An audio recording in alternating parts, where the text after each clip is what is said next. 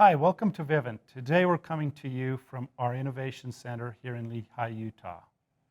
Vivint is a smart home company in North America. Our mission is to deliver peace of mind through our products and services to our 1.8 million customers. My name is Trevor Hughes. I'm a product quality engineer here at Vivint. And my name is Lynette Kehalani, and I'm an engineer on the Embedded Apps software team. I got my degree in electrical engineering. I have a bachelor's, and for all of my career, I've been working in electronics on the software side. I absolutely love bringing new products to the market. And I got my degree in engineering technologies with an emphasis on computer-aided design and computer-aided manufacturing. Coming to Vivint, before then, I was working as a quality director in the battery industry, and before that in semiconductor testing, and prior to that in aerospace manufacturing.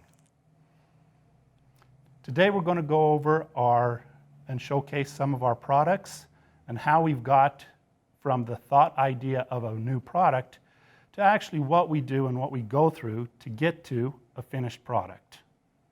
I'm excited to show you what I get to work on. So I work on the panel. The panel here is the central hub inside of the home. It is like the brains of the system. All the peripheral sensors report into it, and their status is available here for the homeowner to view. Also, homeowner can lock and unlock their doors. They can turn on a security alarm. They can manage their entire system all from here. Some of those peripherals that Lynette was talking about was the cameras. This is our indoor camera. We also have light sensors, motion sensors, and the automated door lock. Now I'm going to take you upstairs to the lab to show you where all of the magic happens and how all this stuff comes together. Welcome into the hardware engineering lab. This is where we do a lot of our work. Prior to this, though, many of our engineers, both in electrical engineering, mechanical engineering, product quality engineering, and industrial design engineering, work really hard developing out our schematics, our mechanical drawings and models, and our board layouts and everything. And we usually will have products made into a prototype before we start testing them. Here on the bench, we have some circuit boards that have been put together and wired up ready for testing. We use this bench where we actually use the instrumentation as well, that we can test and measure the performance and the characteristics of the product in its raw bare state. Many of the other things that we do here in this lab as well is soldering. We do EMI testing. Let me take you to the EMI lab, portion of the lab right now, where again it has other instrumentation that checks electronic noise, both emissions and receptive of EMI noise, as well as back here we have our reliability lab where we test products over a long-term period in some of these environmental chambers, where in the environmental chamber we can simulate both hot and cold temperatures, and we have products in here being tested right now, as you can see. At the same time, while we're busy doing all of this work, Lynette is also really busy working on the software side to make this work. Let's jump over to her now. What is software? Software is instruction. With any kind of electronic device, it has some job or function that it's supposed to do. For example, a door lock shall lock and unlock a door, or a glass break sensor shall alert when glass is shattering, or your cell phone shall make and receive calls, texts, install an app, snap a photo, and so much more. Someone or something has to formulate instructions for all of these devices. Once a device is powered on, these set of instructions command the hardware to execute very specific tasks. The writers of these tasks are your software programmers, engineers, coders, developers, computer scientists. All that means is that they're responsible for getting the desired behavior out of the hardware.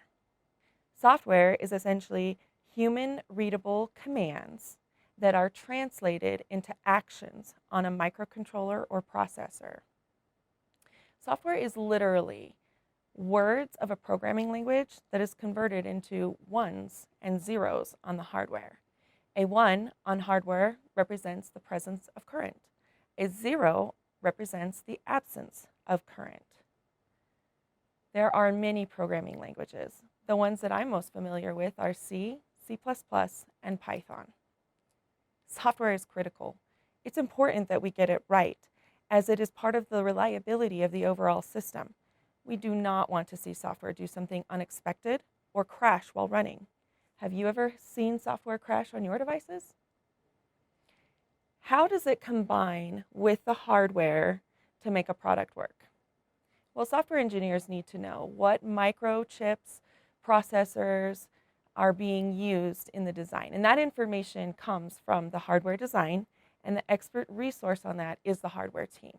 So software engineers will get together with hardware engineers to understand how to interact with the components. Usually, after a prototype is made and the hardware engineers do a process called board bring up, they will test every component to make sure that it's functioning properly, like checking voltages, current draws, and basic functionality. With that done, a software engineer can just jump right in and get to work. If the software engineer finds that there is a problem, then the software engineer will re-engage with the hardware team to troubleshoot and fix. So hardware engineers and software engineers work together to get through that part of the process. The lowest layer software that needs to be written is generally referred to as low-level or firmware. A software engineer might also need the assistance of a hardware engineer during that process. Once all of the low-level software is written, then it is brought together under the umbrella of application software. Application software is what the consumer sees when they interact with the device. So that is how hardware engineers and software engineers work together to make a product. What I do is a creation process. I absolutely love it. It's like crafting in my home. I start with something that does nothing, and then I make it do something. And most of the time, I make it do something that's pleasurable to the masses of people. That's what I love, bringing technology to the market, making something happen that wasn't there before. When I was in college, I programmed a robot. When I first got the robot, it didn't do anything. I turned it on, it basically stared at me. Little by little, though, first step, I made it turn on a light. The light told me there was power to the system. Next step, we interacted with the infrared sensors, and I could get data back from those sensors and calculate distances. Once I knew distances, then I was able to control the motors so that the robot went in certain directions at certain speeds. And by the end, I had a wall-avoiding robot, and it was so fun, and that's what I love about my job. What I like most about my job as a product quality engineer is the ability to interact with very many different engineers and actually testing these products to make sure not that they just work, but they work well over a long period of time.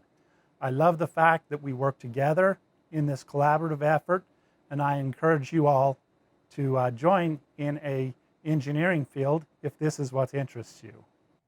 Thanks for being with us today. I hope you had a lot of fun and you learned something about how hardware is made. Thank you for learning more about Vivint, because we think our product's exciting.